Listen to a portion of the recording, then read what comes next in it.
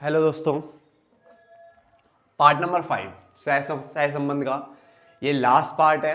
ठीक है, और इसके साथ ही हम 12 चैप्टर कंप्लीट करने वाले हैं। ठीक है ना, काफ़ी टाइम लगा इन 12 चैप्टर कंप्लीट करने में, और उसके बाद अब लास्ट चैप्टर आ जाएगा, उसके बाद हमारा इंडेक्स। ठीक है ना, और देन मैं इस बुक को क्लोज कर दूंगा। ठीक है ना, एक रूट वाली वीडियो बनाने के बाद डन।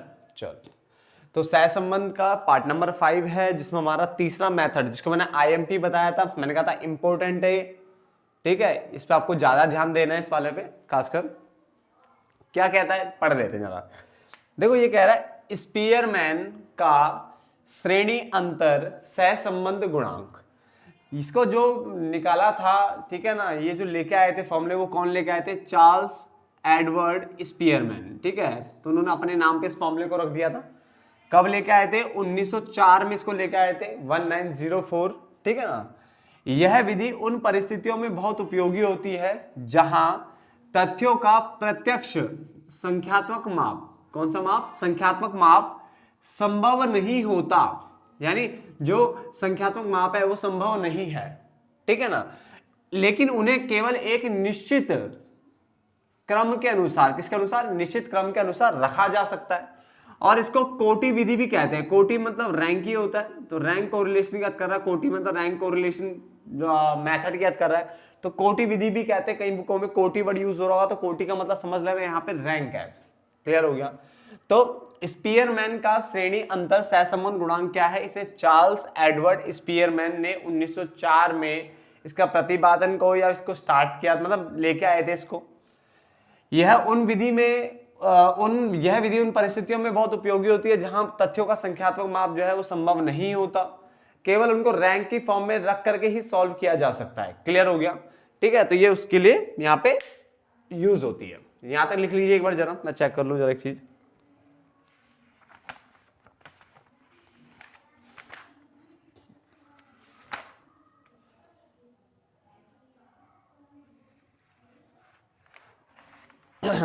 चलो, अब हम आगे बढ़ते हैं। जो क्रमांतर मतलब रैंक के अनुसार सहसंबंध गुणांक की गणना कैसे करते हैं, तो उसने बोला हमारे पास पहला केस होगा जब क्रम दिए गए हो, यानी जब आपको रैंक्स ऑलरेडी गिवन होगी, लिखा होगा रैंक्स येरी, कोटि येरी। ठीक है, तो यानी व्हेन रैंक्स आर गिवन, जब आपको रैंक्स गिवन होंगे। दूसरा केस, जब आपको क्रम नहीं दिए होंगे, यानी when ranks are not given, जब आपको रैंक्स नहीं दिए होंगे। ऐसे केस में सिर्फ यही फॉर्मूला लगने वाला दोनों केस में, आर के। यहाँ पे आर के लिखेंगे तो सिर्फ आर लिखोगे तो वो कार्ल पियर्सन का कोरिलेशन निकल जाएगा। ठीक है ना, आर के मतलब यहाँ पे क्या हो गया? श्रेणी अंतर सहसंबंध गुणांक, इसको बोलते हैं रैंक कोरिलेशन। श्रेणी अंतर सहसंबंध गुणांक यानी रैंक कोरिलेशन, तो आपको आर छोटा सा के लिखना पड़ेगा। इक्वल टू 1 माइनस, डरना मत, फॉर्मूला बहुत आसान है, 6 sigma D square, 6 sigma D square upon में एन की क्यू माइनस एन। एन क्या होता है? वही काउंट करके, तो कोई बड़ी बात है नहीं। एन हमें मिल जाएगा, 6 से मतलब है नहीं, 1 बेकार सा है, बस सिग्मा डी स्क्वायर निकालना आना चाहिए। और डी स्क्वायर निकलेगा R1 में से R2 घटाना, यानी जो सीरीज 1, जो R1 आपको पहली वाले की जो सीरीज की जो रैंक होगी उसमें से दूसरे वाले सीरीज के रैंक को घटा देना बस। तो फॉर्मूला इसका कठिन है नहीं, रूट इसमें है नहीं, तो ये काफी आसान बन जाता है। ठीक है, तो 1 minus 6 sigma D square upon में एन की क्यूब माइनस एन लिखा हुआ। जबकि अगर श्रेणी का मान एक दूसरे के बराबर हो जाए, यानी यहां पे क्या होगा, जो रैंक्स होगी ना वो इक्वल हो जाएगी। इक्वल कैसे होगी भाई? ऐसा भी होता है ना क्लास में, बहुत कई बार ऐसा होता है जब 2-3 बच्चों के एक जैसे नंबर आ जाते हैं, और सपोज करो वो टॉपर हो जाए, जो टॉप किया ना इसने, मतलब 200 में से 195 3 बच्चों के आ गए, तो भाई तीनों ही फर्स्ट माने जाएंगे ना। ऐसे केस में तीनों फर्स्ट माने जाएंगे। तो ये वो केस होता है जब आपके क्या आते हैं, जो मार्क्स या कुछ भी चीज है वो एक जैसे हो जाते हैं, तो ऐसे केस में आपको रैंक भी एक जैसी देनी पड़ जाती है। तो व्हेन द वैल्यूज, जब वैल्यूज है ना सीरीज की वो सेम है, तो वैल्यू सेम है तो रैंक भी सेम होगी। और ऐसे केस में क्या फॉर्मूला ये लग जाएगा। आप बोलोगे तो बहुत बड़ा फॉर्मूला हो गया, नहीं है बड़ा फॉर्मूला, वही है देखो, आर के 1 माइनस एन की क्यूब, नीचे देखो ना एन की क्यूब माइनस एन, ये सेम है, 6 भी सेम है, सिग्मा ब्रैकेट के अंदर है इस बार सिग्मा डी स्क्वायर, यहां तक तो सेम है। बस अभी क्या है, 1/12 m1 की क्यूब माइनस m1, फिर प्लस है, फिर 1/12 m2 की क्यूब माइनस m2, फिर प्लस है, फिर 1/12 m3 की क्यूब माइनस m3, फिर प्लस, फिर 1/12 m4 की क्यूब माइनस m4। ये ऐसे क्यों हो रहा है? ये उनके लिए है जितने रैंक्स इक्वल आएंगे ना, वैल्यूज इक्वल होगी तो रैंक इक्वल होगी, तो उनमें ये लगता चला जाएगा। बहुत आसान है लगाना, मैं सिखाऊंगा, ठीक है ना। क्योंकि m का मतलब है उन मदों की संख्या जिनके मान क्या है, समान है। तो ये जो समान समान आएंगे ना, उन पे लगेगा ये रूल यहां तक। तो ये तो सेम ही है ना formula, 1 minus 6 sigma D square, देखो यहां तक सेम चल रहा है, ठीक है। एन की क्यूब, और ये बट याद नहीं, ये ब्रैकेट है, पहले 6 की मल्टीप्लाई सबके साथ होगी, ये पहले कैलकुलेट होगा फिर होगा ये सॉल्व, ठीक है ना। तो मैं इसे सॉल्व करा के दिखा रहा हूं, ठीक है ना। आप इसे नोट डाउन करें, आगे बढ़ते हैं, क्वेश्चन करते हैं सीधे इसका। तो देखिए आपके सामने एक क्वेश्चन है। सबसे पहला मैंने हेडिंग डाली है यहाँ पे, एक सेकंड है, आप क्वेश्चन उतारिए जब तक। हाँ जी, मैंने क्वेश्चन में हेडिंग डाली है, जब कोटिया यानी क्रम दिए गए हो, है ना। क्वेश्चन क्या है, 10 विद्यार्थियों के इकोनॉमिक्स तथा अकाउंट्स में प्राप्तांकों से, यानी जो ये प्राप्तांक जो आए से क्रमांतर सहसंबंध गुणांक ज्ञात कीजिए, ठीक है। तो ये मैंने क्रम दिए हुए हैं आपको ऑलरेडी, 1 2 3 4 जैसे भी लगे हुए टेढ़े मेढ़े, ठीक है ना। ये आपको ऑलरेडी क्रम दिए हुए हैं, ठीक है। ये आपका क्वेश्चन है, ठीक है। इस टाइप से आपको क्वेश्चन मिलेगा यहाँ पे, ठीक है ना। रैंक लिखा हुआ सकता है, कोटि लिखा हुआ सकता है, या खुद ही बोलेगा कि मैंने क्या क्रम दिए हुए हैं, या आपको दिख जाएगा कि क्रम में लगे हुए हैं टेढ़े मेढ़े जो भी है, ठीक है ना। तो अब हमें करना क्या है, मैं इसको सॉल्यूशन बना देता हूँ, यही कर दूं सॉल्यूशन, ठीक है। आप इसको नीचे अलग से करना, ठीक है। ये पूरा क्वेश्चन था, अब नीचे में ये लाइन तो मुझे उतारनी थी वैसे भी। तो मैंने इकोनॉमिक्स को मैंने क्या मान लिया, R1 मान लिया, ये रैंक 1 मान लिया, इसको क्या मान लिया, रैंक 2 मान लिया। क्लियर हो गया। तो R1 R2 तो मेरे को दे ही दिया इन्होंने। अब हमारा फॉर्मूला क्या है, पहले फॉर्मूला बताओ। मैंने कहा फॉर्मूला हमारा R K is equal to 1 minus 6 sigma D square upon में एन की क्यूब माइनस एन, यही फॉर्मूला है। फॉर्मूले को एनालाइज करते ध्यान से, 1 माइनस 6 का 6, ये एन मतलब कितना होता है, काउंट करो तो वैसे तो 10 लिखा हुआ है, फिर भी आप चाहे देख लो तो 2 2 4 2 6 2 8 और 2 10, तो 10 एन तो 10 की क्यूब माइनस 10। यहां तो कोई दिक्कत नहीं, बस डी स्क्वायर चाहिए। मैंने कहा था ना इस फॉर्मूले कुछ है ही नहीं, ठीक है ना। अब डी स्क्वायर चाहिए, डी स्क्वायर के लिए क्या होता है, पहले मैंने कहा डी निकाल लेते हैं। डी कैसे निकलता है, R1 में से R2 घटा के, तो 4 में से 3 गया 1, 5 में से 4 गया 1, ध्यान से देखिए बस, है ना। 7 में से 7 गया 0, ये आ गया माइनस का 1, ये आ गया 0, ये आ गया माइनस का 7, ये आ गया माइनस का 3, ये आ गया माइनस नहीं प्लस का 1, प्लस का 1, ये आ गया 0 और ये आ गया 8, है ना। अब क्या चाहिए, ये निकल गया, अब डी स्क्वायर निकाल लो भाई। कैसे, 1 का स्क्वायर 1, इसका भी 1 0, फिर ये 1 0 49 3 3 9 1 0 और 64 आए ना।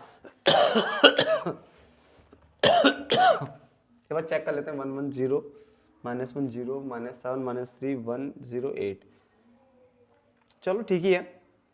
इसका टोटल करके देख लेते हैं, क्यों हमें सिग्मा डी स्क्वायर चाहिए, तो सिग्मा डी स्क्वायर का टोटल आएगा, ये आ गया आपका 49 और 150, 9 और 10 50 60 60 और 60 और ये 2 बच गया ना, 62 और 64 कितना होता है, 126, ठीक है ना।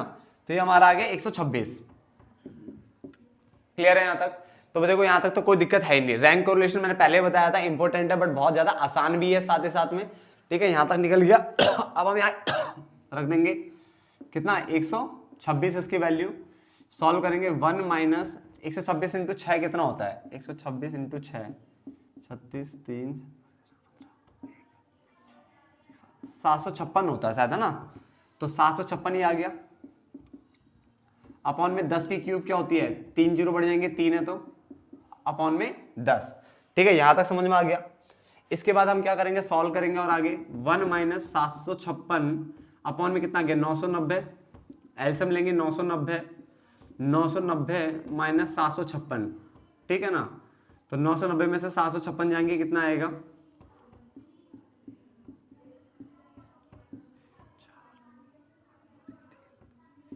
234। तो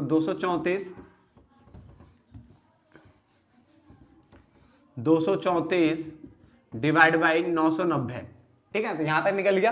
देन उसके बाद आप डिवाइड कर लेना आप खुद से, ठीक है ना। मेरा जो आंसर आ रहा है इसने बोला 0.24 आ रहा है। मैं एक बार चेक कर लेता हूँ, 0.24 आ रहा है, ठीक है ना। एक बार मोबाइल में चेक कर लेता हूँ, आप इसे कर लीजिए फटाफट से, समझ में आ गया नहीं, ठीक है ना। मैं इसे चेक कर लेता हूँ फटाफट से, आप नोट डाउन करिए जब तक।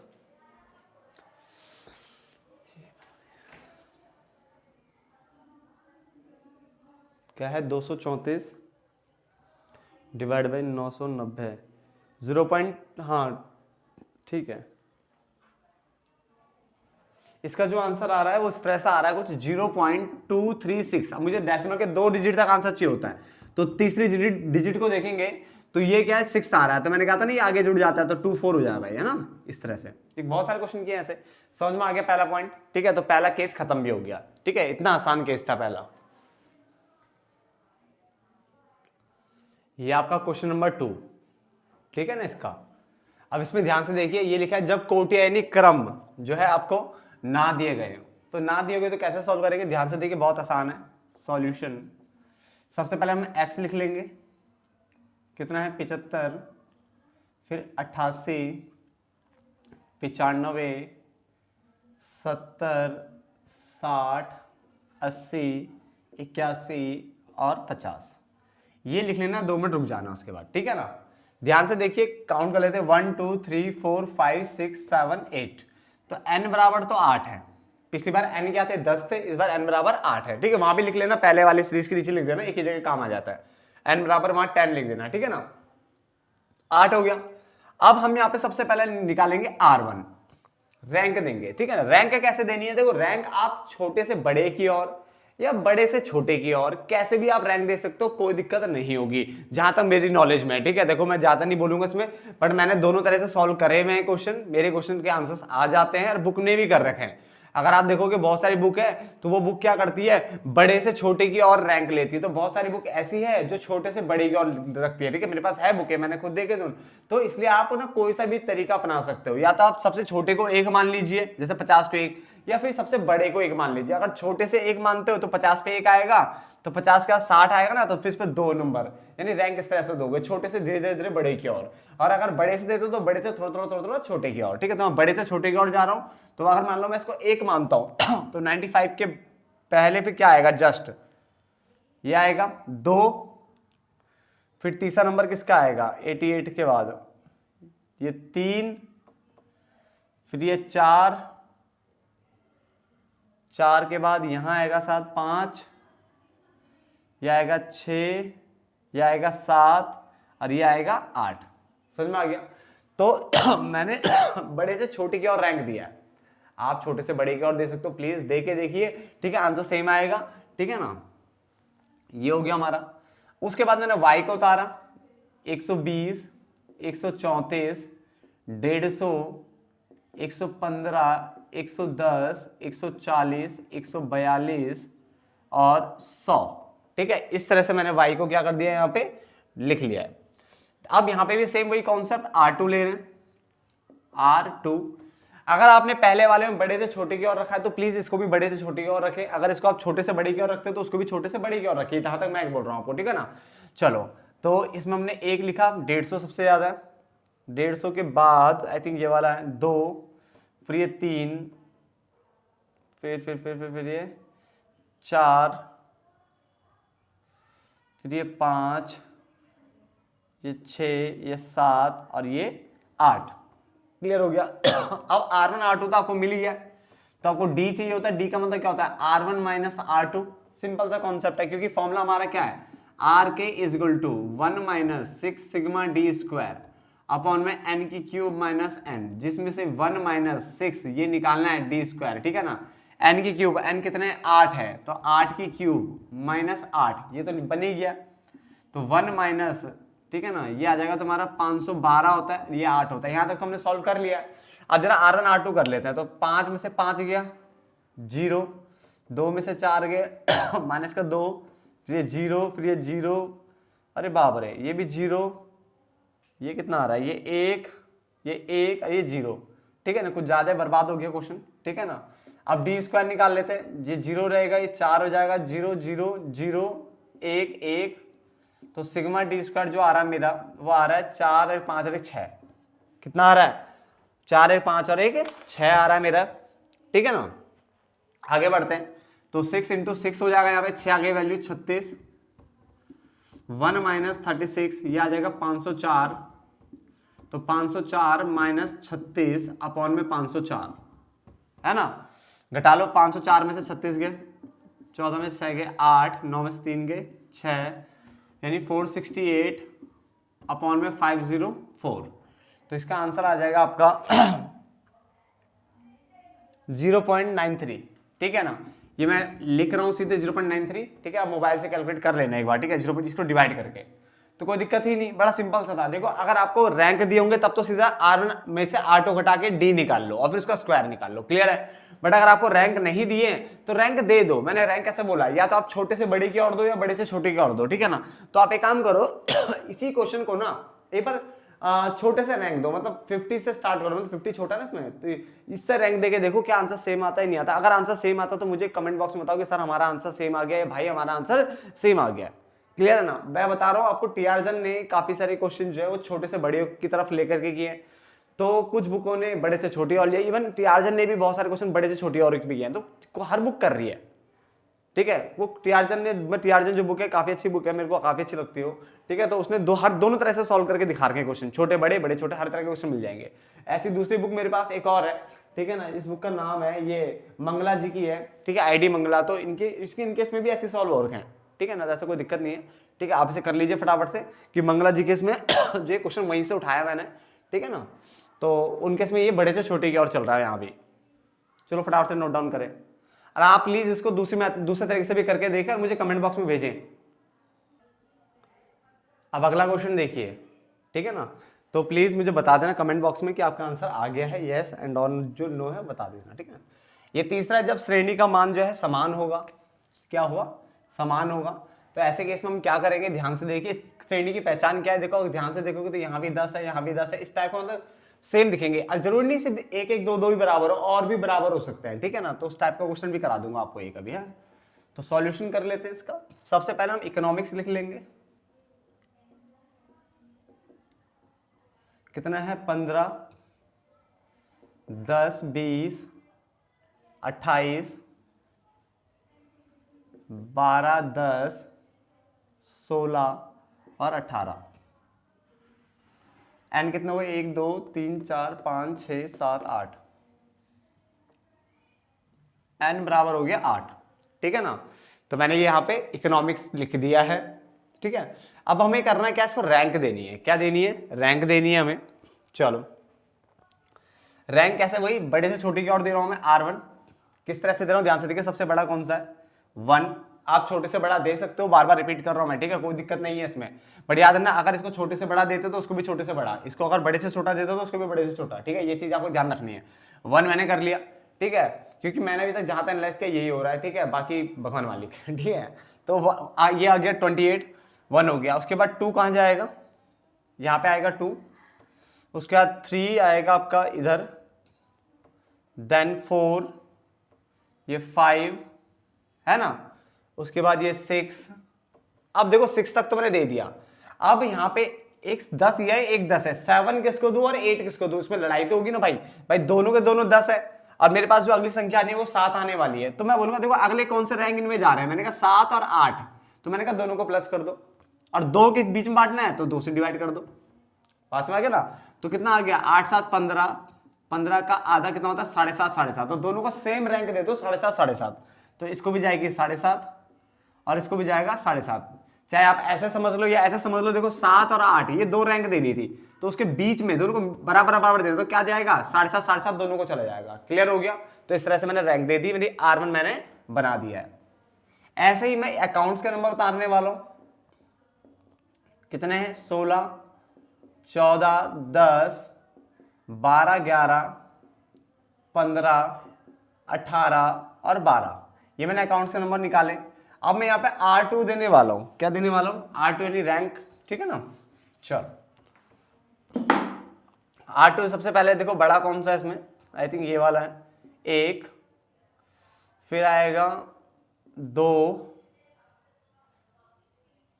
2 के बाद ये आ रहा है, नहीं ये है 3, 4, 4 तक हो गया ना, इसके बाद 5 6 7, हाँ 4 तक हो गया। अब ये 12 12 आ रहा है, तो 4 के बाद आप देखो 5 और 6 2 जा रहे हैं, तो इन दोनों के बीच में क्या पड़ता है, 5.5 है, ऐसे कर लो, या फिर 5 + 6 अपॉन में 2 कितना होता है, 11/2 यानी 5.5, तो इसको भी जा रहा है 5.5, कहाँ गया, ये रहा 5.5, 12 को ये रहा, 12 ये रहा, 5.5 चला गया, ठीक है। तो इसका मतलब 5 और 6 तो निकल गए, अब बचा क्या, 7, 6 तक हो गया ना हमारा, अब 7 चाहिए, 7 देंगे इसको और 8 देंगे इसको। ठीक है, यहां तक समझ में आ गया।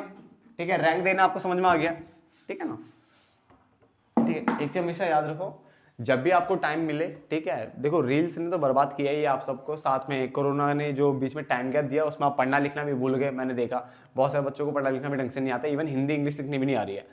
कोशिश करो रील्स अगर देखते हो तो रील्स में कुछ इस टाइप की रील्स देखो जो ना आपके नॉलेज के लिए अच्छी हो। जैसे खान सर की वीडियोस रील्स की फॉर्म में आप देख सकते हो, काफ़ी नॉलेज मिलेगी, जीके बिल्कुल आपकी बढ़ेगी। ऐसे देखो ओझा सर हो गए, खान सर हो गए, ठीक है ना, बहुत सारे सर है। ठीक है, तो इनकी वीडियोस जो है रील्स की फॉर्म में देखा करो, काफ़ी नॉलेज बढ़ेगी और इंटरेस्टिंग भी है। ऐसा नहीं कि इंटरेस्टिंग है, बहुत इंटरेस्टिंग का काम की बात है भाई साहब। ठीक है, इस वे में पढ़ाएंगे आपको कि आपको ना काफ़ी अच्छा लगेगा, मतलब किसी को भी अट्रैक्ट कर लो, किसी को भी जो मतलब नहीं भी जानता होगा ना वो भी। ठीक है, छोटा बच्चा भी उनकी तरफ अट्रैक्ट होता है सुनने के लिए, इवन बूढ़ा हो छोटा हो हर कोई माहौल क्रिएट कर देते हैं इस टाइप का। ठीक है, दो सर काफ़ी अच्छे हैं, और भी होंगे बहुत सारे, बट अभी मैं आपको मेरे नॉलेज में ज़्यादातर 2 हैं जो बहुत अच्छे ढंग से रील्स की फॉर्म में आपको काफ़ी अच्छा कंटेंट बताते हैं। ठीक है ना, हिस्ट्री हो गई, चाहे वो जीके नॉलेज हो गया, कोई भी हो, तो काफ़ी इन चीज़ को देखो, ताकि क्या नाम आपका यूट्यूब भी ना सिर्फ यही वीडियोस दिखाएं आपको, फालतू के रील्स में कोई कुछ नहीं रखा, टाइम वेस्ट है आपका। ऑलरेडी कोरोना ने काफ़ी टाइम वेस्ट करा हुआ है, आपको बताइए। ठीक है, मैं खुद देख रहा हूँ, मेरे पास ऐसे बच्चे आते हैं जिनको हिंदी लिखनी नहीं आ रही, इनको इंग्लिश लिखनी नहीं आ रही। मैं दोनों में इकोनॉमिक्स पढ़ाता हूँ, हिंदी इंग्लिश दोनों में, नहीं आ रहा लिखना, तो दिक्कत हो गया था ना। उनको मार पीटना पड़ता ढंग से, मार पीट के समझ में आता है। वैसे तो बहुत सारे टीचर मारते नहीं है, बट मारना पड़ता है, क्या करें, ऐसे हरकतें अगर इन सबकी रहेगी, ठीक है, तो पीटना पड़ जाता है। तो मैं बार बार बोलूंगा रील्स भी ऐसी देखो जो नॉलेज बढ़ाएं, टाइम वेस्ट मत करो बेवजह, ऑलरेडी टाइम वेस्ट काफी हो रखा है आपका, क्योंकि ठीक है ना। चलो इस क्वेश्चन को फटाफट से करते हैं, यहां तक समझ में आ गया क्या करा। फॉर्मूला हमारे पास क्या, फॉर्मूला लिख देता हूं आपके लिए मैं यहाँ पे, are K is equal to 1 minus, यहाँ पे n की क्यूब माइनस n है, याद होगा आपको, इधर 6 है, फिर सिग्मा डी स्क्वायर, इस बार ऐसे करके सिग्मा ब्रैकेट लगा के है, फिर 1/12, ठीक है, m1 की cube minus m1, and 1/12 m2 की क्यूब माइनस m2, ठीक है, ब्रैकेट बंद। मैंने 2 तक ही लेना है, क्यों, क्योंकि देखो एक बार यहां बराबर आए, एक बार यहां बराबर आए, तो 2 ही बार बराबर है तो 2 ही लिए मैंने। अगर 3 बार बराबर आते तो 3 लेता, 4 बार आते तो 4 लेता, भाई 2 ही तो आए, एक बार इसमें बराबर है, एक बार इसमें बराबर है, बस। ठीक है ना, तो मैंने ये ले लिया। फॉर्मूला पुट करते हैं धीरे धीरे। देखो मुझे डी स्क्वायर चाहिए, तो डी के लिए मुझे r1 माइनस r2 करना पड़ेगा, कर लीजिए। r1 हमारा ये है, r2 हमारा ये है, तो 5 में से 2 गया 3, 7.5 में से 4 गया 3.5, माइनस का 6, माइनस का 4.5, माइनस का 1, 4.5, 3 और 2.5। ठीक है, इस टाइप का कुछ मेरा आ रहा है यहाँ पे। ठीक है ना, देन डी स्क्वायर निकाल लेंगे, 3 का स्क्वायर 9 होता है, 3.5 का स्क्वायर जो होता है वो होता है 12.25, 6 का 36 होता है, 45 का जो होता है वो है 20.25, 20.25, 1 का 1 होता है, ये 20.25 अभी निकाला हमने, 3 का 9 होता है, इसका 6 to 5 होता है, तो यहाँ आ जाएगा डेसिमल 6.25, है ना। देन इसका क्या चाहिए होता है, सिग्मा डी स्क्वायर चाहिए होता है, इसको जोड़ लोगे आप टोटल तो ये 114 आ रहा है। कितना आ रहा है, 114। अब इस फॉर्मूले को देखो हम किस तरह से लगाने वाले हैं और समझते हैं कि इससे कैसे आंसर आपका निकलेगा। क्लियर हो गया। इसी वीडियो में हम इस चैप्टर को खत्म करने वाले, याद रखना, क्योंकि जरा सा रह गया बस ये। तो ये 1 माइनस n कितना था हमारा, 8, मैंने काउंट कर लिए थे, ठीक है ना, तो 8 का क्यूब माइनस 8, यानी 8 का क्यूब को मतलब होता है कि 8 को 3 बार मल्टीप्लाई करना, 8 इंटू 8 इंटू 8, ठीक है, तो 8 8 64, ठीक है, 8 8 64 होता है ना, फिर इसमें 8 की और मल्टीप्लाई कर दो तो 6 आ गया यहाँ पे। ये सिग्मा डी स्क्वायर कितना निकला, 114 प्लस 1/12 कितना आ गया, 1/12 आ गया। ठीक है ना। अब यहां पे बताइए कितने, मैंने कहा 2 जने, ये और ये 2 जने हमारे क्या थे, 2 इक्वल आए थे ना, रैंक के फॉर्म में 2 थे, तो हम यहाँ पे क्या रहे हैं, m की वैल्यू आएगी 2, तो 2 की क्यूब माइनस 2, समझ में आ गया। ऐसे फिर प्लस 1/12। अब यहाँ पे भी देखो कितने बराबर थे, मैंने कहा 1 2, यानी 2 को सेम रैंक गई थी ना, तो यहाँ पे वही 2 की क्यूब माइनस 2, फिर ब्रैकेट बंद, 1 माइनस ये आ गया था हमारा 512 माइनस 8, 6, 114 प्लस 1/12 इंटू, अब ध्यान से देखो 2 2 जा 4, 2 जा 8, तो 2 को 3 बार, तो 8 में से 2 गए 6, समझ में आ गया। ऐसे 1/12, 2 की क्यूब क्या होती है, 2 दूनी 4 दूनी 8, और 8 में से 2 हो गए तो कितना आएगा 6, 6 दूनी 12, 6 दूनी 12, यह आ गया 504, 6, 114, 1/2 और 1/2। अब चाहे आप एलसीएम ले लो या सिंपल से ऐसे कर सकते हो कि 1 - 504, आप एलसीएम भी ले सकते हो, बट मैं एलसीएम नहीं ले रहा हूं। इसको क्या लिखते हैं, 1/2 को क्या करते हैं, काटोगे तो क्या आएगा 0.5, और ये आएगा 0.5, है ना। तो ये आ गया आपका 1 - 504, 6 इंटू, अब ये 0.5 1 होता है, तो 114 प्लस 1 कितना होगा 115। आप अगर एलसीएम लेते हो तो एलसीएम भी ले सकते हो, तो पूरे के नीचे 2, फिर 2 से हम इसमें मल्टीप्लाई होती है, फिर ऐसे ऐसे करते हैं एलसीएम, ठीक है। तो आपकी मैथ है, आप कैसे भी कर सकते हो। मैंने क्या करा 1/2, तो 2 पहले डेसिमल लगाया, 0 हो गया, 2 5 10, 0.5 लिख लिया। अब 0.5 1 होता है, 114, 1 कितना हो गया 115 हो गया, ठीक है। इस तरह से मैंने लिख दिया, ठीक है। अब ये यहां तक हो गया, उसके बाद एलसीएम ले लूंगा मैं इसका, पहले इसको सॉल्व कर लेते हैं। 1 - 504, 115 इंटू 6 कितना होते हैं, ये हो रहे 690, 690। आगे बढ़े, एलसीएम लिया 504, तो 504 - 690, ठीक है ना। नीचे दिख रहा है, एक बार चेक कर लेते हैं, नीचे तक जा रही है चीजें, हाँ साफ है, ठीक है। तो 504 में से 690 गए, तो 690 में से 504 उल्टा घटा लेते हैं, 10 में 4 गए 6, 8 का 8, है ना, और 1 का 1, 186 माइनस का 186, है ना, कि माइनस क्यों, क्योंकि 690 बड़ा है, तो 186, और ये आएगा आपका 504। तो ये आंसर आ रहा है आपका माइनस में 0.37, कितना आ रहा है, माइनस में 0.37 आ रहा है, ठीक है ना। तो ये था आपका, तो इसमें नेगेटिव क्या है, सहसंबंध जो है नेगेटिव है। समझ में आ गया, कुछ खास तो नहीं है, ठीक है ना। प्लीज नोट डाउन करें और अपनी बुक से क्वेश्चन करने की कोशिश करें। मैं दोबारा बोलूंगा, अपनी बुक से क्वेश्चन जरूर करें, बहुत सारे क्वेश्चन आपकी बुकों में। इस क्वेश्चन को देखिए, ये भी आपको वही एक्सपेरिमेंट से करना, रैंक कोरिलेशन निकालना है, ठीक है। ये क्वेश्चन क्यों करा रहा हूं, उसका रीजन बताता हूं। देखो पहचान क्या है, देखो क्रम में तो है नहीं, 1 2 3 4 5 तो लिखा नहीं है। दूसरा, इनको ध्यान से देखेंगे तो संख्या जो है, ठीक है, रिपीट में आ रही है। देखो 60 1 2 3 बार तो 60 ही आ गया, 50 भी आ रहा है, एक ही के अंदर बहुत सारी चीजें आ रही है, ठीक है ना। तो ऐसे केस में हम क्या करेंगे, ठीक है, ऐसे केस में हम क्या करेंगे, सबसे पहले एक्स लिख लेते हैं, कितना है 40 50 60 60 80 50 70 और 60। मैंने आपको कहा था मैं हर तरह का क्वेश्चन आपको कराऊंगा, कोई चीज छोड़ूंगा नहीं, ठीक है। अपनी तरफ से तो कुछ नहीं छोड़ना, क्योंकि अगर इस टाइप का क्वेश्चन आ जाता तो आप बोलते कहीं मैंने कराया नहीं, ठीक है ना। तो देखो करा देता हूं आपको, ठीक है, ताकि आप हर चीज अटेंड कर सको। तो 2 2 4 2 6 और 2 8, तो n बराबर तो 8 हो गया, क्लियर हो गया। अब इसको R1 यानी रैंक देते हैं। चलो रैंक दो, सबसे पहले मैं बड़े को दे रहा हूं, चलो बड़ा कहाँ है, ये रहा, 1 के बाद 80 के बाद यहाँ पे 2 ही आ गया। अब 60 है, अब देखो 60, देखो 1 2 और 3 3 जगह 60 है, तो देखो कितनी चीजें जा रही है, देखो 3 4 और 5, ये 3 रैंक जा रही है, तीनों की तीनों रैंक जा रही है। देखो एक को 3 जानी थी, एक को 4, एक को 5, पर अब दिक्कत है किसको कौन सी दूं। तो मैंने कहा था देखो ऐसे केस में क्या करो, तो इनको प्लस करा करो। अब 2 होते तो 2 से डिवाइड करता, अभी कितने 1 2 3, तो 3 से डिवाइड कर लो, तो 5 4 9 3 12, 12/3 कितना जाएगा, 4 4 जा रही सबको, तो 4 4 और 4, समझ में आ गया। तो 5 तक तो चलेगा पूरा, अब इसका 6 आएगा, सीधा 6 से स्टार्ट करना है, तो 6 किसको जाएगा। अब देखो 6 के लिए एक तो ये पड़ा हुआ है, एक ये भी है, 2 2 है हमारे पास, तो अब एक 6 1 को जाएगी, 7 1 को जाएगी, है ना।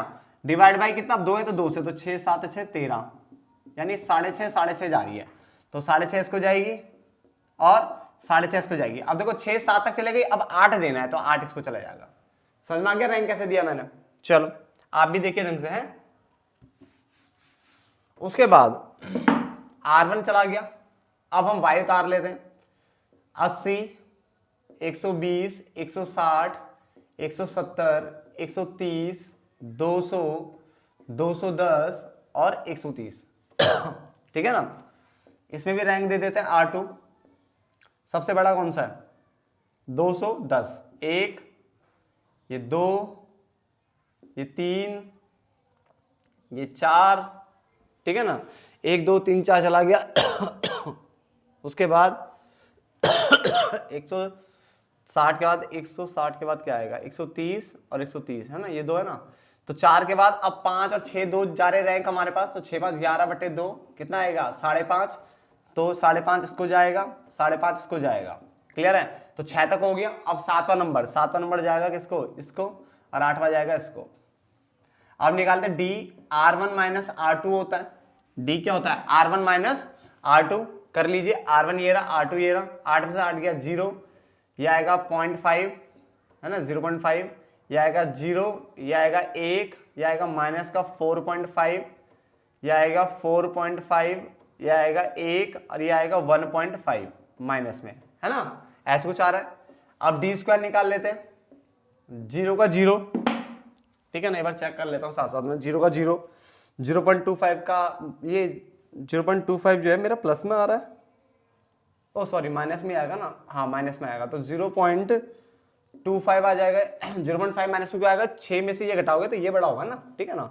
उसके बाद 0 का 0 सही है, 1 का 1 ये भी ठीक है, माइनस 4.5 ये भी ओके आ रहा है, 20.25, ये प्लस का है तो 20.25, ये 1 है, ये माइनस का आता है, बिल्कुल सही है बाकी 2.25। इन सबको जोड़ लोगे सिग्मा डी स्क्वायर आ जाएगा आपका, जो कि आ रहा है 45। क्या आ रहा है 45, यहाँ तो कोई दिक्कत तो नहीं होनी चाहिए, ठीक है ना। अब इसका फॉर्मूला लगाते हैं आर के का, यानी ये, तो 1 माइनस नीचे तो वही आएगा n की क्यूब माइनस n, यहाँ तो कोई दिक्कत नहीं। ऊपर क्या आएगा 6 sigma D square, 6 sigma D square, पहले यहाँ तक लिखिए, ठीक है ना। उसके बाद प्लस में थोड़ा ऊपर कर लेते हैं, 1/12 m1 की क्यूब माइनस m1, फिर 1/12 m2 की क्यूब माइनस m2। अब दिक्कत क्या, देखो इस बार देखो 3 चीजें बराबर है। देखो इसके अंदर एक चीज थी, इस वाले में कहाँ गया, ये रहा, एक तो तुम्हारा 130, इसमें 50 भी थे 2, और फिर 60 भी थे 3, तो कितने हो गए, 3 चीजें बराबर हो गई ना, 3 बार जोड़ा बना है, तो ठीक है, तो ये हो गया। एक और आ जाएगा 1/12 m3 की क्यूब माइनस m3, ये इतने सारे आ जाएंगे, इस बार 3 आ जाएंगे, ठीक है। 3 क्यों, एक सेट यहाँ बना और 2 सेट पहले वाले के अंदर बने, ठीक है ना। अगर मान लो पहले वाले के अंदर एक और सेट बनता तो फिर 4 बन जाते, है ना। तो ये 1 माइनस ये कितना आ गया, 8 की क्यूब माइनस 8, यहाँ तो कोई दिक्कत नहीं, नोट डाउन करो यहाँ तक साथ साथ में, ठीक है ना। उसके बाद आगे बढ़ते हैं, जो हमारा 6 है, 6 का 6 रहेगा, डी स्क्वायर कितना निकाला 45 प्लस 1/12, यहाँ तक सेम है हमारा, ठीक है। अब पहले वाले में, पहले वाला देखो जो बराबर आया था 60 आया था, 60 एक बार था, 2 बार था, 3 बार था, तो इस बार m की वैल्यू 3 आ जाएगी, तो 3 की 3 माइनस 3, समझ में आ गया कैसे करा, ठीक है ना। उसके बाद 50 आया था, 50 2 बार था खाली, तो ये इसका मतलब 2 की क्यूब माइनस 2 आने वाला है इसमें, ठीक है ना। और जो तुम्हारा 130 था वो भी कितना था, 2 बार था, दूसरी वाली सीरीज के अंदर 130 2 बार था, तो ये भी 2 की क्यूब माइनस 2 आएगा। 1 माइनस यही 512 माइनस 8, ये तो वही है, बार बार कर रहे हैं हम, ठीक है। 45 प्लस 1/12, अब ये 3 3 9, 9 3 कितना होता है, 9 3 होता है 27, 27 में से 3 जाएंगे तो कितना आएगा 24, ये आ गया, प्लस 1/12 इंटू 2 2 4 4 2 8 में से 2 गए 6, ये भी सेम 1/12 इंटू 6, यही आएगा इसका भी।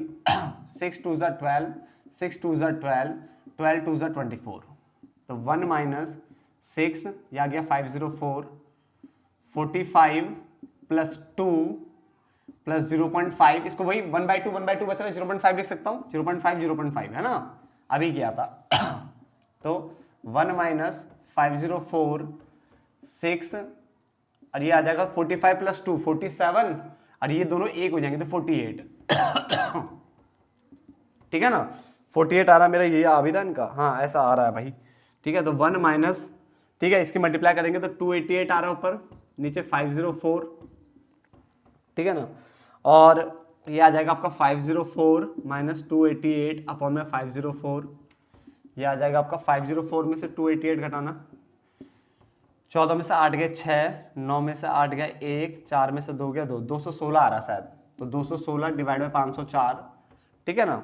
और इस बार आंसर प्लस में आ रहा है 0.429, कितना आ रहा है 0.429, जिसको अगर आप 2 डिजिट में लिखते हो, वैसे पूरा शायद पूरा कट रहा होगा आई थिंक ये, फिर भी देख लेना बुक से निकाला इसका आंसर, 0.43 हो जाएगा ये, अगर 2 डिजिट तक चाहिए तो। ठीक है, मैं एक बार चेक कर लेता हूँ। आप नोट डाउन करो, मैं एक बार इसको मोबाइल में चेक कर लेता हूँ।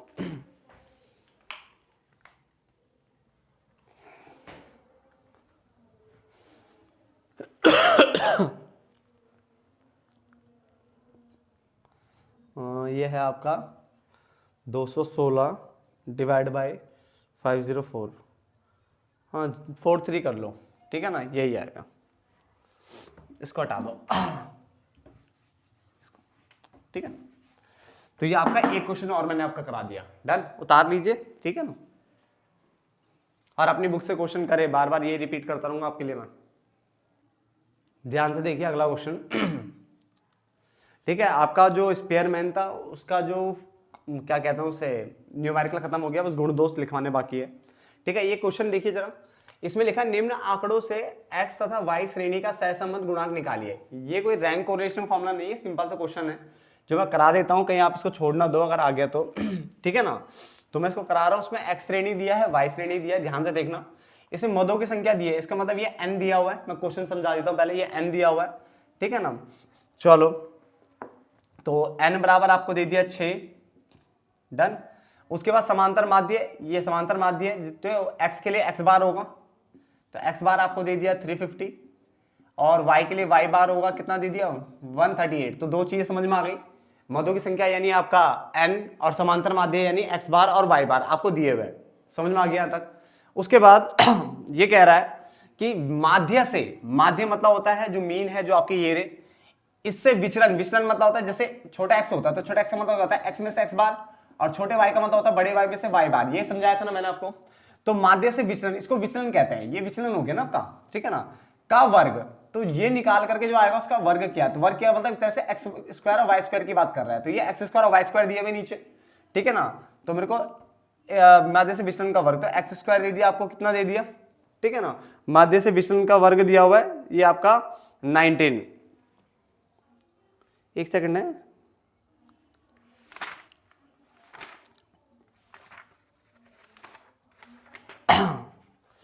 माध्य से विचलन के वर्ग का योग है। ठीक है, योग है, तो ये सिग्मा हो जाएगा, फिर ये बात को समझना। ठीक है ना, यहाँ पे थोड़ा वर्ड मिसप्रिंट है।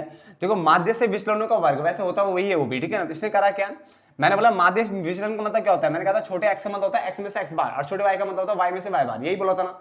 ठीक है ना, अब इसका स्क्वायर कह रहा है, तो उसका स्क्वायर निकाला होगा, देन उसका फिर टोटल क्या होगा, तो टोटल करके हमें दे रखा ऑलरेडी, सिग्मा एक्स स्क्वायर भी दे रखा है, छोटा एक्स स्क्वायर, सिग्मा छोटा वाई स्क्वायर भी दे रखा है। तो सिग्मा छोटा एक्स स्क्वायर हमें दे रखा है 19, और सिग्मा छोटा वाई स्क्वायर हमें दे रखा है 94। डन, यहां तक कोई दिक्कत नहीं। और उसके बाद नीचे क्वेश्चन में और दिया हुआ है कि x और y दो श्रेणी हमारे पास, मैंने कहा का उनके समांतर माध्य से विचलन, समांतर माध्य से विचलन वही होता है छोटा x और छोटा y, ये तो विचलन है, क्योंकि छोटा x का मतलब x में से x बार होता है, वो विचलन माना जाता है, और छोटे y का मतलब y में से y बार होता है, जो कि विचलन माना जाता है। तो ये दोनों विचलन निकाल दिए, तो विचलनों के गुणनफल का योग कह रहा है, तो इनको गुणा करके इनका योग, योग मतलब सिग्मा कर लो, तो इसका मतलब हमें जो दिया हुआ है वो सिग्मा छोटा xy दिया हुआ है, कितना दिया हुआ है 41, कितना दिया हुआ है 41। तो देखो क्वेश्चन बिल्कुल सीधा सीधा था। ठीक है, ध्यान से अगर देखा जाए तो हमारे पास n दे दिया, उसका समांतर माध्य दे दिए, उसके बाद माध्य से विचलन, माध्य से विचलन मतलब होता है x में से x बार, y में से y बार का वर्ग, वर्ग मतलब स्क्वायर कर दो, तो इसका स्क्वायर मतलब ये होते हैं, और उनका योग मतलब sigma x square sigma y square, ये भी दे दिए, कहा गया ये रे। और फिर एक्स वाई श्रेणी के समांतर माध्य से जो विचलन निकला होगा, मतलब छोटा x छोटा y जो निकलते हैं, x में से x बार y में से y बार घटा के, वो निकाल करके उनके गुणनफल कर दो, गुणनफल कर दिया ये ना, और फिर उनका योग, वर्ग नहीं करना, खाली गुणनफल करके योग करना, ये निकल गया। तो कुछ देखा देखा से लग रहा, हमने ऐसा फॉर्मूला पढ़ा हुआ है आर का, यहाँ पर बढ़ा था सिग्मा एक्स वाई अपॉन में रूट के अंदर सिग्मा एक्स स्क्वायर इंटू में सिग्मा वाई स्क्वायर, यही फॉर्मूला पढ़ा था, है ना। इसमें पुट कर लेते हैं, तो सिग्मा एक्स वाई कितना दिया है 41, रूट के अंदर सिग्मा एक्स स्क्वायर कितना दिया है, एक्स स्क्वायर माना ये 19, वाई स्क्वायर 94, यह आ जाएगा 41, रूट के अंदर इन दोनों की मल्टीप्लाई कर लीजिए, ये आ रहा है 1786, 1786 आ रहा है। ठीक है ना, सॉल्व करते हैं 41, रूट सॉल्व करोगे, ठीक है, मैंने कहा था रूट की क्लास अलग से दूंगा, रूट सॉल्व करोगे तो ये आएगा 42.26, यानी यहां तक आप सही हो जाएगा आपका आंसर। आप करोगे आगे तो ये आ रहा है, और फिर इसके बाद मेन आंसर आ रहा है डिवाइड करके 0.97, कितना आ रहा है 0.97। रूट की क्लास में दूंगा, मैं बार बार बोल रहा हूँ, ठीक है। तो आप यहां तक छोड़ दीजिए, अगर आप यहां तक कर रहे हो तो बिल्कुल सही है। समझ में आ गया। अब ये मैंने आंसर निकाल दिया, ठीक है। देन रूट करके सॉल्व करोगे तो ये आएगा, देन डिवाइड करोगे तो ये आएगा। अब बात यहाँ पे आ रही है कि आपको करना क्या, आपको घर पे जाकर के ना इसको क्वेश्चंस करने सबसे पहले, मतलब आप घर पे ही हो, घर पे क्या जाओगे ठीक है ना, बट आपने इसके क्वेश्चंस करिए, इसके क्वेश्चंस करिए, बात मानिए, ठीक है ना। तो क्यों रैंक कोरिलेशन काफी अच्छा खासा कॉन्सेप्ट है, और ये कोरिलेशन ही अच्छा खासा कॉन्सेप्ट है एक तरीके से देखा जाए तो फटाफट से आप इसके क्वेश्चंस करिए। मैंने न्यूमेरिकल निपटा दिए हैं, मैं जस्ट इसकी थ्योरी निपटा दूँ 5-7 मिनट में, फिर क्लोज करते हैं चैप्टर को। आगे देखिए इसमें जरा सा, ठीक है ना। इसने बोला यहाँ पे कि कोटि विधि और श्रेणी अंतर सहसंबंध, कोटि विधि बोलो या श्रेणी अंतर सहसंबंध गुणांक के गुण व दोष क्या होते हैं, ठीक है ना। तो गुण और दोष मैंने आपके सामने लिखे हैं कुछ, ठीक है ना। चलो पहला पढ़ते हैं। इसने कार्ल पियर्सन विधि की तुलना में यह विधि अधिक सरल है, तो कोई बड़ी बात है नहीं। कार्ल पियर्सन की मेथड की तुलना में देखा गया है, हमने करा खुद, ठीक है। ये मेथड ज्यादा आसान है, ठीक है। यह विधि गुणात्मक चरों की अच्छाई हो, चाहे बुराई हो, चाहे बुद्धिमत्ता हो, सुंदरता हो आदि के सहसंबंधों को ज्ञात करने के लिए श्रेष्ठ है। क्योंकि जो कौन किसकी रैंक, जैसे मान लो इनमें से कौन सुंदर है तो उनको रैंक दे दो उसके अकॉर्डिंग और फिर निकाल लो। तो मतलब गुणात्मक चरों की क्या है, अच्छाई, बुराई, बुद्धिमत्ता, सुंदरता आदि जो सहसंबंध होते हैं ना, उनको ज्ञात करने के लिए काफी अच्छा है, ठीक है ना। किसके इकोनॉमिक्स में अच्छे मार्क्स आए हैं, किसके क्या नाम है अकाउंट्स में मार्क्स आए हैं, तो रैंक देते हैं ना, उसके अकॉर्डिंग ही निकल जाता है। जब वास्तविक आंकड़ों की बजाय, यानी आपको वास्तविक आंकड़ों के बजाय सिर्फ क्या दिए गए हो, क्रम दिए गए हो, यानी वास्तविक आंकड़ों के बजाय आपको क्रम दिए गए हो, तो सिर्फ सहसंबंध इसी से ही निकल सकता है। तो लिखा ना, तो सहसंबंध को केवल इसी विधि से ही ज्ञात किया जा सकता है। तो 3 पॉइंट हो गए। पहला, कार्ल पियर्सन की तुलना में यह विधि ज्यादा सरल है। नंबर 2, यह विधि गुणात्मक चरों की अच्छाई, बुराई, बुद्धिमत्ता, सुंदरता, पवित्रता आदि के सहसंबंध को ज्ञात करने के लिए श्रेष्ठ है। नंबर 3, जब वास्तविक आंकड़े आपको ना दिए गए हो, केवल क्रम दिए गए हो, तो सिर्फ यही मेथड आपको लग सकता है और बाकी कोई मेथड नहीं लग सकता। क्लियर हो गए सारे ये, ठीक है, तीनों। फिर दोष की बात करें तो समूह आवर्ती वितरण, यानी जब आवर्ती वितरण टाइप की श्रेणी होगी आपके सामने, ठीक है ना, फ्रीक्वेंसी डिस्ट्रीब्यूशन टाइप की सीरीज होगी आपके सामने, ठीक है ना, तो ऐसी श्रेणियों में इस विधि का प्रयोग नहीं किया जा सकता। क्या नहीं किया जा सकता, इस विधि का प्रयोग नहीं किया जा सकता। तो यानी कि आपका जब ग्रुप फ्रीक्वेंसी डिस्ट्रीब्यूशन टाइप की सीरीज आपको होगी तो इस विधि का आप इस विधि को अप्लाई नहीं कर सकते। फ्रीक्वेंसी डिस्ट्रीब्यूशन सीरीज आपको पता है क्या होती है, ठीक है ना। आगे, यदि हमने करा हुआ ना individual series, frequency array, frequency distribution है ना, तो वही चीजें। यदि मूल्यों की संख्या, यानी जो आपके जो मूल्य है उनकी संख्या बहुत बड़ी है तो सहसंबंध की गणना का कार्य क्या हो जाता है, जटिल हो जाता है, यानी कठिन हो जाता है। अगर बहुत ज्यादा ही मूल्य है तो सहसंबंध निकालना इस मेथड से काफी थोड़ा जटिल हो सकता है। एक बुक में यह भी लिखा हुआ है कि अगर मदों की संख्या, यानी जो आपके मदों की संख्या, यानी जिसको हम n बोलते हैं, अगर वो 20 से अधिक हो जाता है तो काफी जटिल, काफी कठिन हो जाता है सहसंबंध निकालना। समझ में आ गया। तो एनो के जो एन मतलब जो नंबर ऑफ काउंट करते हैं ना, जब तो अगर वो 20 से अधिक हो जाता है तो फिर जो इसको निकालना बहुत ज्यादा जटिल, बहुत ज्यादा कठिन हो जाता है, ठीक है ना, दिक्कत वाला काम हो जाता है, ठीक है। तो समझ में आ गए, फटाफट से नोट डाउन करिए फास्ट। तो आगे देखिए अब सहसंबंध का महत्व। सहसंबंध का महत्व क्या है? पहला, इसने बोला इससे आर्थिक व्यवहारों, जो आर्थिक व्यवहार होते हैं के अध्ययन और विश्लेषण में सहायता मिलती है। तो जो आर्थिक व्यवहार होते हैं उनके अध्ययन में, उनके विश्लेषण में क्या होती है, सहायता मिलती है, ठीक है। आप ये भी लिख सकते हो आगे है। इसके अंतर्गत व्यापारिक, ये जो आपका जो सहसंबंध है ये क्या करता है, व्यापारिक निर्णय लेने में सहायता प्रदान करता है। क्या करता है, व्यापारिक निर्णय लेने में क्या करता है, सहायता प्रदान करता है। क्लियर हो गया, यानी आप जो बिजनेस के जो डिसीजन है वो आप इजीली ले सकते हो। तो उसने बोला इससे आर्थिक व्यवहारों के अध्ययन और विश्लेषण में सहायता मिलती है और ये व्यापारिक निर्णय लेने में सहायता प्रदान करता है। उसके अलावा यह नीति निर्माण, यानी जो पॉलिसी फॉर्मेशन होती है उसमें सहायता प्रदान करता है, जिससे गवर्नमेंट या कोई भी हो अपनी जो पॉलिसीज बना सकता है, ठीक है ना। सहसंबंध गुणांक कई बार विभिन्न चरों में पाए जाने वाले कारण परिणाम संबंध को स्पष्ट करता है। क्या करता है, कारण परिणाम संबंध को, कि इसका क्या कारण रहा होगा, इसके क्या परिणाम होंगे, इस टाइप के संबंध को बता देता। कई बार इसने बोला स्पष्ट करता है। इसके फलस्वरूप, ठीक है, चरों के व्यवहारों को समझने में क्या मिलती है, सहायता मिलती है, ठीक है ना। और साथ साथ ये नियमों, यानी जो रूल्स होते हैं, धारणाओं यानी कॉन्सेप्ट्स होते हैं, जो कॉन्सेप्ट्स होते हैं उसके निर्माण में सहायक होते हैं, जिससे अर्थशास्त्र में कई सारे लॉज आपने देखे होंगे, मांग का नियम, पूर्ति का नियम, मांग की लोच, पूर्ति की लोच, ये सब चीजें जो बनती है ना इसी कारण बनती है, क्योंकि ये क्या करता है, ये दिशा मात्रा इनको बता देता है। ठीक है, जो सहसंबंध जो होता है वो क्या है, वो संबंध की दिशा बताता है, मात्रा का ज्ञान दे देता है। तो जब मात्रा और दिशा का ज्ञान हो जाएगा तो आप क्या है, रूल्स बना सकते हो, नियम बना सकते हो, कॉन्सेप्ट बना सकते हो। ठीक है ना, तो ये सहसंबंध के क्या हो गए, आपके महत्व हो गए। ठीक है, मैंने 4 ही लिखे, पूछता भी बहुत ही कम है। ठीक है, इसलिए मैंने 4 लिख दिए। ठीक है, बहुत है आपके लिए। इसको मैं एंड कर देता हूँ। अगर आपको ज्यादा इसके वो चाहिए तो आप बुक में जाके देख सकते हो, अगर आपकी बुक में है तो। ठीक है ना, बहुत सारी बुक में होंगे, बहुत में नहीं होंगे, पता नहीं, कुछ ऐसा कुछ कॉन्सेप्ट है। ठीक है, फिर भी ये 4 लिख लीजिए, याद रहेंगे आसान से पॉइंट से। अब मिलते हैं लास्ट चैप्टर जो आपका इंडेक्स वाला होगा। ठीक है, धन्यवाद दोस्तों।